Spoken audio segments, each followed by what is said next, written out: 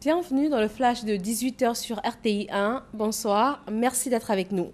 Des responsables de développement, une équipe des écoles communautaires entrepreneuriales et l'ambassadeur de l'Inde en Côte d'Ivoire reçus par le Premier ministre hier 25 novembre.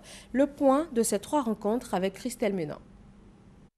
3 audiences au compteur du Premier ministre cette matinée du 25 novembre. Reçu premièrement l'ambassadeur de l'Inde en Côte d'Ivoire, accompagné d'investisseurs indiens du secteur de l'automobile. La compagnie Ashok Leyland s'apprête à investir environ 100 milliards de francs CFA ces 6 prochains mois en contribution au renouvellement du parc automobile ivoirien. Ce sont environ 3600 véhicules neufs qui vont être proposés à la vente aux transporteurs, taxis, camions et minibus. À terme, dans 5 ans, ce sont 50 000 véhicules qui auront été mis à disposition.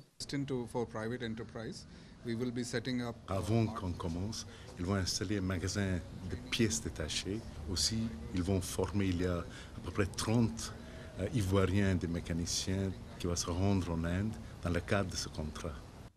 Après l'Inde, la France. Les responsables de l'Agence française de développement ont envisagé avec le Premier ministre les perspectives à donner au C2D, contrat désendettement développement. Signé le 1er décembre 2012 entre la France et la Côte d'Ivoire, le deuxième est en vigueur depuis décembre 2014 pour un montant de 738 milliards de francs CFA.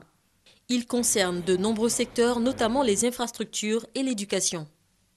À une époque où la Côte d'Ivoire connaît une croissance et une dynamique économique remarquables, et où la France, de son côté, souhaite, à travers la volonté du président de la République, de renforcer son action en faveur de l'aide au développement, et notamment l'action de l'agence qui doit accroître son activité à hauteur de plus de 40% d'ici 2020, c'est-à-dire 4 milliards d'euros par an, avec une priorité africaine renouvelée. Nous souhaitions évoquer avec le Premier ministre les perspectives de renforcement de cette coopération pour les années à venir. Il a enfin été question d'éducation avec l'équipe de l'Organisation internationale des écoles communautaires entrepreneuriales conscientes.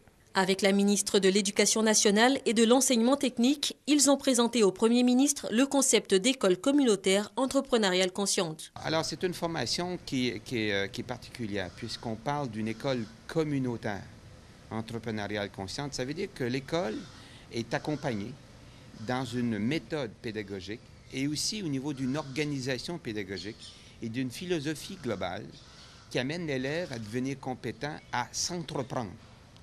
D'abord, à apprendre à se faire confiance, à s'entreprendre. Et ça, il faut lui donner le droit. Nous pensons aussi que la culture entrepreneuriale, dès le bas âge, dès l'école, pourrait être une solution aussi au problème du chômage des jeunes. Nous allons démarrer le projet dans 150 écoles, depuis le préscolaire jusqu'au secondaire.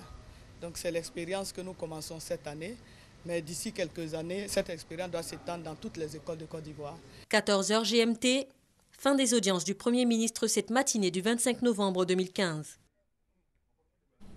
La Côte d'Ivoire bénéficie d'une ligne de crédit de 100 milliards de francs CFA auprès d'une firme bancaire indienne. L'Inde aide par ses fonds le pays à renouveler son parc automobile. C'est l'acquisition de 3000 véhicules qui est ainsi facilitée. Il s'agit pour la Côte d'Ivoire d'équiper le secteur des transports de véhicules neufs et d'éliminer au fur et à mesure les véhicules âgés de la circulation. Une délégation de députés ivoiriens conduite par le président de l'hémicycle est en Grande-Bretagne à l'invitation du Parlement britannique. Guillaume Soro multiplie les séances de travail avec les députés et les opérateurs économiques britanniques, des rencontres pour relancer les échanges commerciaux entre les deux pays et intensifier la coopération interparlementaire. L'affaire Robert Guéhi s'ouvre le 17 décembre à la cour d'appel d'Abidjan. Les présumés assassins du général, de sa famille et de ses collaborateurs vont être jugés. L'information a été donnée par le premier président du tribunal d'Abidjan. C'était au cours de la rentrée solennelle et l'ouverture des audiences criminelles pour l'année judiciaire 2015-2016 du tribunal d'Abidjan. 4 nouveaux magistrats ont fait leur rentrée dans la grande famille judiciaire de Côte d'Ivoire à cette même occasion. La journée internationale des enfants de la rue est célébrée ce jeudi 26 novembre. Selon l'UNICEF, un enfant sur 5 vit dans la rue et de la rue. Ils sont 30 millions en Afrique, ils ont entre 8 et 18 ans. Ils vivent dans la précarité, la violence et subissent des sévices sexuels. Dernière ligne droite pour les candidats, la campagne pour les élections présidentielles prend fin demain au Burkina Faso. Le pays élit le 29 novembre prochain son président. 14 candidats vont être départagés par 5,5 millions d'électeurs inscrits. Et puis, un policier blanc a abattu aux États-Unis de 16 balles un garçon noir de 17 ans en octobre 2014 à Chicago.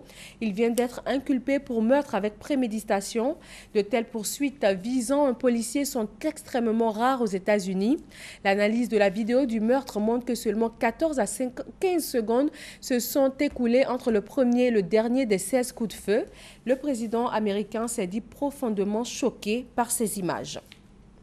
Voilà pour ce bref point de l'actualité. Retrouvez David Mobio à 20 h pour le journal sur RTI 1. Merci et très bonne fin de soirée à vous.